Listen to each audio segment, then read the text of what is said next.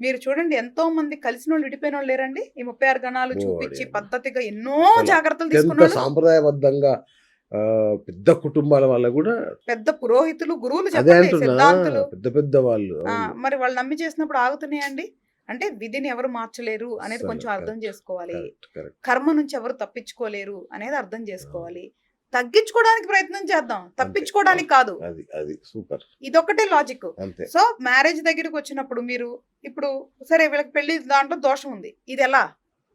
వీళ్ళ దాంట్లో హ్మ్. దోషం ఉంది అసలు. అవును. ఎవరైతే మన దగ్గరికొచ్చారో వాళ్ళ దాంట్లోనే దోషం ఉంది. అప్పుడు నేనెందుకు చెప్తాను, డీటెయిల్ టైమింగ్ తీసుకొని ఎందుకు చెప్తానంటే, ఒకవేళ వాళ్ళ దాంట్లో ఏడో ఇంటి దోషం లేకపోతే అప్పుడు పెళ్లి చేస్తే నిలబడతాయి. హ్మ్. చాలా మంది ఏమంటారండి, ఇక్కడ కుజదోషం ఉంది, అక్కడ కుజదోషం ఉంది, చేస్తే క్యాన్సిల్ అవుతాయి అంటారు. హ్మ్.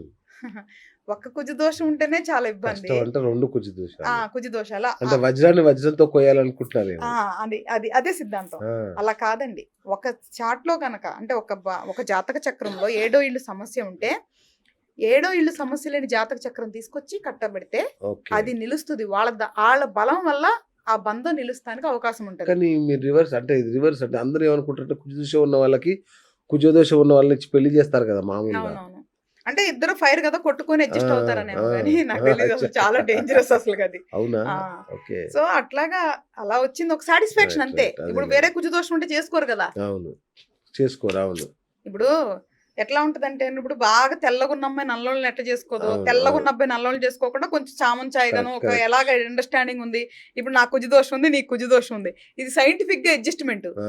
రేపు ఏదైనా తేడా వచ్చింది. నాకు కుజదోషం ఉంది, మీకు లేదు. అవును. రేపు ఎప్పుడన్నా గొడవొస్తే నీకు అంతే గదా! కుజదోషం ఉందే. అందుకే ఇలా జరిగిందంటారు. ఇదంతా ఓహ్! సైంటిఫిక్‌గా చెప్తారు మన దగ్గర. అచ్చచ్చచ్చా! So, okay. ఎప్పుడైనా కూడా మ్యారేజ్ మేకింగ్ అనేది డీటెయిల్ చార్ట్ అనాలిసిస్ తప్ప గణాల మీద మాత్రం ఆధారపడొద్దు. ఆధారపడింది కాదు. సూపర్. సూపర్. ఇంకొకటి మేడం. కళ్యాణ్ బాబు పవన్ కళ్యాణ్ అయ్యాడు. శివశంకర వరప్రసాద్ చిరంజీవి అయ్యాడు. ఇట్లా చెప్తుంటారు మనవాళ్ళు. అంటే పేర్లలో అక్షరాలు మార్చడం వల్ల ఎస్ తీసి ఇంకోటి పెట్టి వి తీసి డబ్ల్యూ పెట్టి ఇట్లా పెడితే మొత్తం లైఫ్ సెట్ అయిపోద్దని చెప్తుంటారు. న్యూమరాలజీ కరెక్టేనా అండి అది? న్యూమరాలజీ అనేది కూడా కంప్లీట్ శాస్త్రం కాదండి. అది ఓకే. కాలిక్యులేషన్ సిస్టమ్ అంటాం. ఓకే. అది గణిత శాస్త్రం. మనకి పూర్తిగా దాంట్లో అన్నీ తెలుసుకోలేం. హ్మ్. సో, న్యూమరాలజీ బేస్ మీద మనం మొత్తం గతం, ఫ్యూచర్ అంతా డిసైడ్ చేయడం కష్టమండి. అలాని వాళ్ళని కొట్టిపారేయట్లా, ఎవరి వ్యాపారం వాళ్ళది. హ్మ్. మీరట్లా మాట అనకండి. ఎవరి వ్యాపారం వాళ్ళదేంటండి.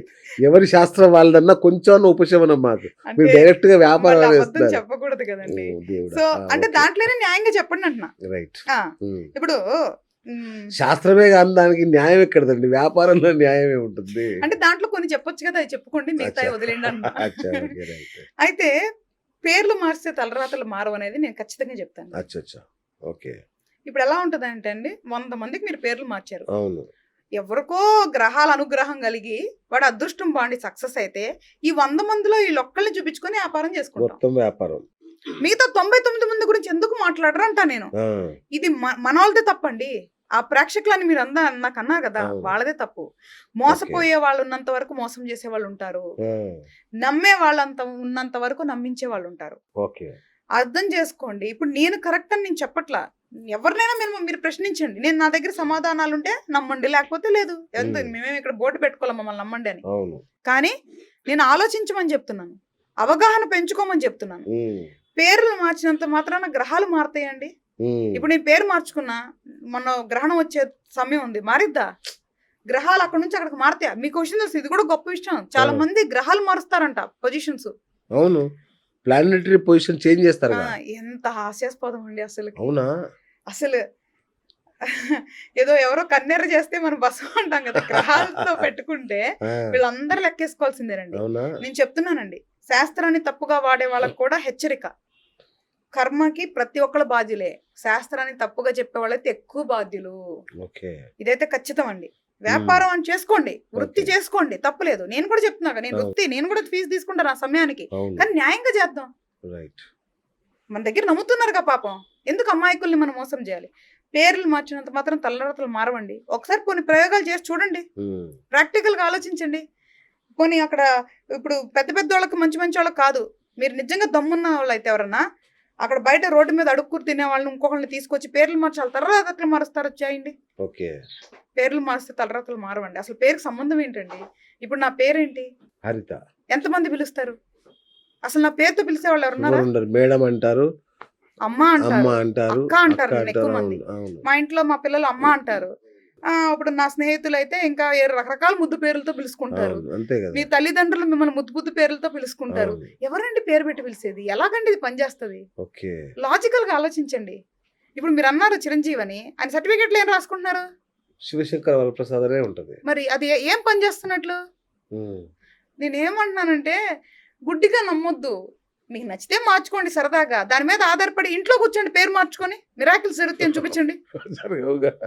మీరు 10th క్లాస్ ఎగ్జామ్స్ రాయాలి అవును, శ్రీనివాస్ గారు, అవును, అవును. చదవకుండా ఇంట్లో కూర్చొని పాస్ అవ్వండి ఆ, పేరు మార్చుకొని. అసాధ్యంగా. అదే నేను ఏమంటలేదండి, రైట్, రైట్. జస్ట్ నేను ఎవరిని కించపరచట్లా, ఆలోచించమంటున్నా. ఉమ్. మళ్ళీ తర్వాత చాలా మంది బాధపడతారని అట్లా నా దగ్గరకు వచ్చేవాళ్ళు కోకోలండి. ఆ. అందుకోసమే ఇది చెప్పడం మొదలు కరెక్ట్, పెట్టా నేను. కరెక్ట్. చెప్పాలి. అవును. లేదంటే నాకు కూడా ఆ. నేను చెప్పాలన్న ఆలోచన వచ్చిందే. ఆ, ఇలా నా దగ్గరకు వచ్చి కొంతమంది బాధపడటం వల్లే, ఓహో ఓకే. ఇలా జరుగుతుందా బయట, నాకెట తెలిసిద్దండి? అంతే కదా. నాకెట తెలుస్తుంది? Correct, correct. అప్పుడు చెప్పడం మొదలు పెట్టామన్నమాట. Okay, okay, okay. రైట్. మీరు ఇంకొకటి ఎప్పుడు చెప్తుంటారు అబద్ధం చెప్పొద్దు అని. కానీ 10 మందికి ఉపయోగపడుతుంది అనుకుంటే అబద్ధం చెప్పినా కూడా ధర్మమే అంటున్నారు మళ్ళీ. దీన్ని ఎట్లా చూడాలి?